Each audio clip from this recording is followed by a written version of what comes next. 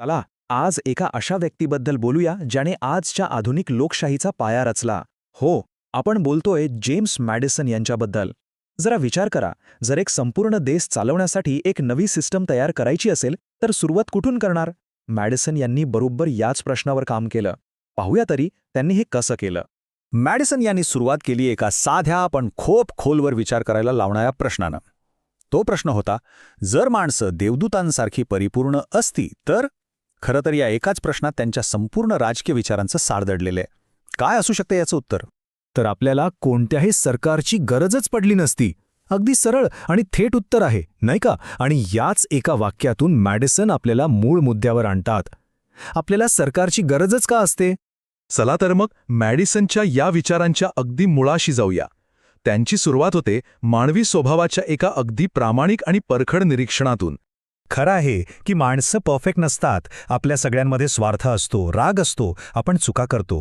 म्हणूनच जर प्रत्येकाला आपापल्या मनाप्रमाणे वागण्याची मोकळीक दिली तर समाजात एक प्रकारचा गोंधळ माजेल, अराजकता पसरेल. आणि हेच टाळण्यासाठी आपल्याला काही नियम आणि ते नियम पाळायला लावणारी एक व्यवस्था हवी असते, जिला आपण सरकार म्हणतो. आता इथे खरी गंमत आहे. बरं, लोकांवर नियंत्रण ठेवण्यासाठी आपण सरकार तर बनवलं, पण मग सरकारवर कोण नियंत्रण ठेवणार? कारण सरकार चालवणारी माणसंही तर आपल्यासारखीच आहेत. ती सुद्धा चुका करू शकतात, स्वार्थी असू शकतात. हाच तो खरा पेच आहे. आणि यावर मॅडिसन यांचं उत्तर खरंच खूप मार्मिक आहे. ते म्हणतात की सरकारला आधी लोकांवर नियंत्रण मिळवता आलं पाहिजे आणि मग त्यात सरकारला स्वतःवर नियंत्रण ठेवायला भाग पाडलं पाहिजे. म्हणजे एकाच वेळी दोन आघाड्यांवर लढण्यासारखं आहे हे. इथे बघा, म्हणजे लगेच लक्षात येईल. एका पारड्यात आहे लोकांवर नियंत्रण ठेवण्याची जबाबदारी, तर दुसऱ्या पारड्यात आहे त्याच सत्तेला मर्यादेत ठेवण्याचं आव्हान. या दोन्हींमध्ये तोल साधणं हेच खऱ्या लोकशाहीचं काम आहे. हा तोल थोडा जरी बिघडला की सगळा खेळच संपतो. मग ह्या मोठ्या पेचावर मॅडिसन यांनी उपाय तरी काय शोधला?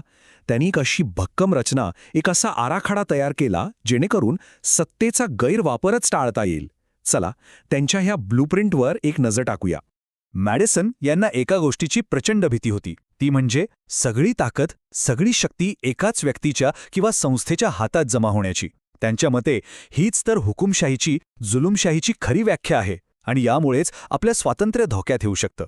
मग त्यांनी उपाय काय केला? सोप्पा. सत्तेचे 3 भाग केले. पहिला भाग विधिमंडळ, जे फक्त कायदे बनवण्याचं काम करेल. दुसरा भाग कार्यकारिणी मंडळ, जे त्या कायद्यांची अंमलबजावणी करेल. आणि तिसरा सगळ्यात महत्त्वाचा भाग न्यायपालिका, जी हे कायदे योग्य आहेत की नाही हे तपासेल.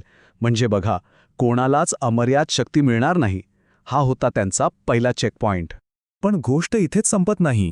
धोका फक्त सरकारकडूनच नसतो. मॅडिसन यांना एक दुसरी बाजूही स्पष्ट दिसत होती.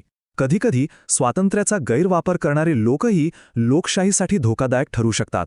म्हणजे धोका दुहेरी आहे, सत्तेकडूनही आणि स्वातंत्र्याकडूनही. इथे हे अगदी सोप्या पद्धतीने मांडलंय. जर सरकार शक्तिशाली झालं तर त्यावर संविधानाचा लगाम हवा. आणि दुसरीकडे लोक जर स्वातंत्र्याचा गैरवापर करत असतील तर त्यांनी जबाबदारीने वागायला हवं. या दोन्ही गोष्टी तितक्याच महत्त्वाच्या आहेत. पण हे सगळं कागदावर ठीक आहे. प्रत्यक्षात या व्यवस्थेवर नियंत्रण ठेवणार तरी कोण? या संपूर्ण सिस्टीमचा रिमोट कंट्रोल कोणाच्या हातात असणार? याचं उत्तर आहे आपल्यासारख्या सामान्य नागरिकांच्या हातात. मॅडिसन अगदी स्पष्टपणे सांगतात की सरकारवर नियंत्रण ठेवण्याचा सगळ्यात मोठा आणि प्रभावी मार्ग म्हणजे लोकांवर अवलंबून असणं. याचाच अर्थ खरी ताकद लोकांच्या हातात आहे. पण लोकांवर अवलंबून राहणं म्हणजे नेमकं काय करायचं? याचा अर्थ आहे निवडणुकीत मतदान करून सरकारला जाब विचारणं, सरकारच्या कामावर विश्वास ठेवता येणं, चुकीच्या गोष्टींविरुद्ध आवाज उठवणं आणि सार्वजनिक जीवनात सक्रियपणे सहभागी होणं.